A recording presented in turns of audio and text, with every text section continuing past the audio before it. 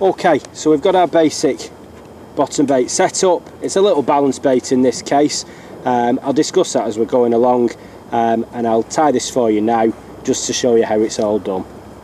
So first of all, we take a coated braid, take a good length of this. We're looking to achieve a rig of about 7 or 8 inches. So if we start off with a length about this sort of size, probably about a foot, and nip that off with the scissors. It's a coated braid, which means the braid underneath is very supple, the coating is quite stiff, and that helps us with our bait presentation. But in order to get the best effect, we want a strip back section so the bait moves very, very naturally on the bed of the lake. In order to get the coating removed, you need a thumbnail and take about this sort of length off. As you go along and you do this more often, you'll find exactly the sort of setup that you want to use yourself, and you'll get into the good habits of doing this. But about this sort of length, stick the thumbnail into the coating, just break that to reveal that lovely soft braid underneath. Just neaten that up. There we go. So you can see here that the braid is lovely and supple as opposed to the coated, which is a little more stiff. So the first thing we need to do is just tie a lovely small loop in the end. This loop isn't going to bear any weight at all, it's literally just to support the bait, so a single overhanded loop is all you need. So I've doubled this over, and again just an overhanded knot. I use the baiting needle to assist. Pop that through.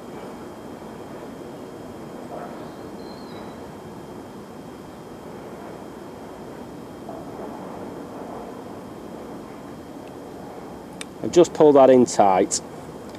There we go. And get rid of the baiting needle, and with the nice pair of scissors just nibble off that tag end nice and close, so a lovely, neat and tidy. So there we are with a nice little loop and our uncoated section. The next thing we want to do is to take our hook. It's a curved shank pattern, which is ideal for a bottom bait. These hooks in particular are lovely and sharp and absolutely perfect for the job. We've got our hook ready, and just as a little bit of preparation, we'll take some shrink tube out the packet there. We need to cut 2 sections for this. One's just to hold the hair in the correct place, and that one can be sort of 2 millimeters long. There we go. The next one is just to go over the eye of the hook as a little kicker, and something around the edge of 8 millimeters is perfect for that. Well, your first one on is your small one. You can only attach it from one end. Just pops in there. That down. Okay, and we now pop our hook on. So in this case I'm using a size 7 hook, and that's just because I'm thinking about the size of bait that I want to use.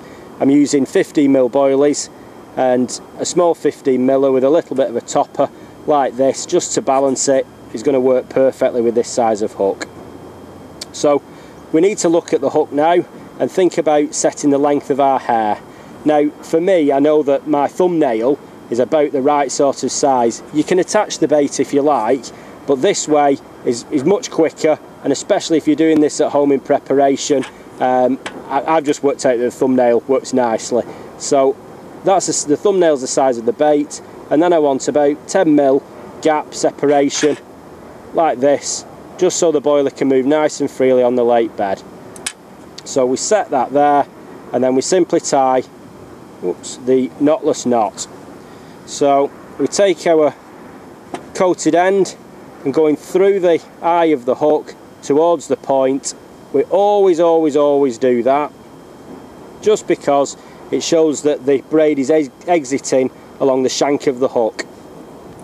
So take that there, check again the length, and now we start to form the knotless knot. And this simply is a whipping process, just wrapping that around, making sure that each whipping is by the side of the previous one. You might have a lucky number here and think of a number of times that you want to whip that round. I think that's about 6, which is the way I like to do it. The coated braid goes back through the eye again, always going downwards, and we just gently pull that in reasonably tight, and we have the basis of our hair rig. Now the next thing we're going to use is the 8mm shrink tube. Again, we'll pop this on, slide it down the rig, just pop that over the eye. You'll see it'll go on reasonably snugly. It's doing 2 jobs, this. It's just coating our knot, or our knotless knot, just protecting that, and it's also slightly lengthening the hook, which is going to aid the penetration and the hooking potential of the rig. Okay, so we're into that position. This will be steamed and shrunk down in a minute, but the next thing we want to apply is an anti-tangle sleeve. These come in a number of different colours. Try and match it to what you're trying to achieve. We've got quite a silty lake bed here, so a nice dark colour, but anything dark, browns, greens or greys are going to be perfect. So again, on through the narrow end first. There we go. Just get that out of the way, and then we're going to tie our figure of 8 loop knots up here at the top end. Once we've done that, we've set the length of the rig, and as we discussed earlier, this needs to be, for a catch anywhere rig, somewhere in the region of about 8 inches, which I believe is about that length. So if we take the braid there, double that over, and again we're doing the overhanded knot, popping that through, and for that extra bit of security we're going to wrap it round again, pop it through again. I use the baiting needle to help me. There we go, and you can see there why it's called the figure of 8 loop knot. I'm going to moisten my fingers just to lubricate that knot, and then we can pull that in tight. Now whenever you're tying rigs like this and securing them at the end, just be really careful not to pull the hook into your fingers.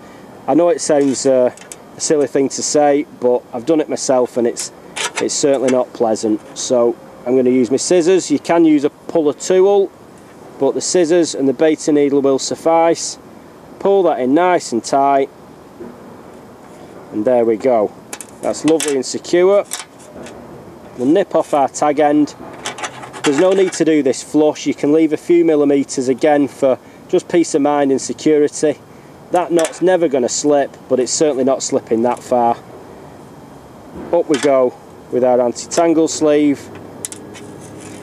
Just pull that gently onto the loop, and we have an almost fully constructed rig. We'll just straighten that bit up. It's just slipped round as I've pulled it tight. Well, that's now perfect. I'm going to add a little bit of the tungsten tubing just to help pin this rig down to the bed of the lake. This stuff again comes in lots of different colours.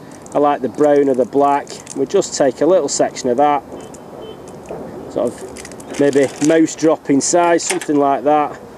Roll it between your fingers. The warmer it gets, the more malleable it becomes and easier to work with. Squeeze your fingers together to form a little section there. I like this just around halfway. Squeeze that on, fold it together and roll that around.